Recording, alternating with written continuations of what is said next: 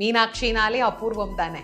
அப்போ அதிசயமும் அபூர்வமும் நிறைந்த அன்னை மீனாட்சி ஒவ்வொரு நாளும் 8 வடிவமான ரூபத்துல 8 வகையான சக்திகளினுடைய கோலத்துல நமக்கு காட்சி தருகிறாள். முதல்ல காலையில திருவனந்தல் அப்படின்னு சொல்லுவாங்க. அதாவது பள்ளியறையிலிருந்து அம்பாளை எழுப்புற அந்த காலத்துல மகா சோடசி அப்படிங்கிற சக்தி ரூபினியாக அம்பாள் அங்க காட்சி தருகிறாள். அதற்கு பிறகு பிராதசந்தி அப்படின்னு ஒண்ணு இருக்கு. இந்த பிராதசந்தி காலத்துல அம்பாள் பாலாவாகவே அங்கே காட்சி தருகிறாள். அதற்கு பிறகு 6 to 8 நாழிகை அப்படிங்கிறதுல அம்பாள் புவனேஸ்வரியாக காட்சி தருகின்றாள். 12 to 15 நாழிகை அப்படிங்கிறதுல அம்பாள் கௌரியாக காட்சி தருகின்றாள்.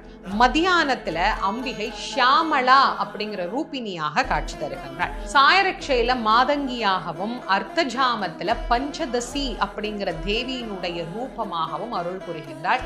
பள்ளியறைக்கு அம்பாள் திரும்ப இரவு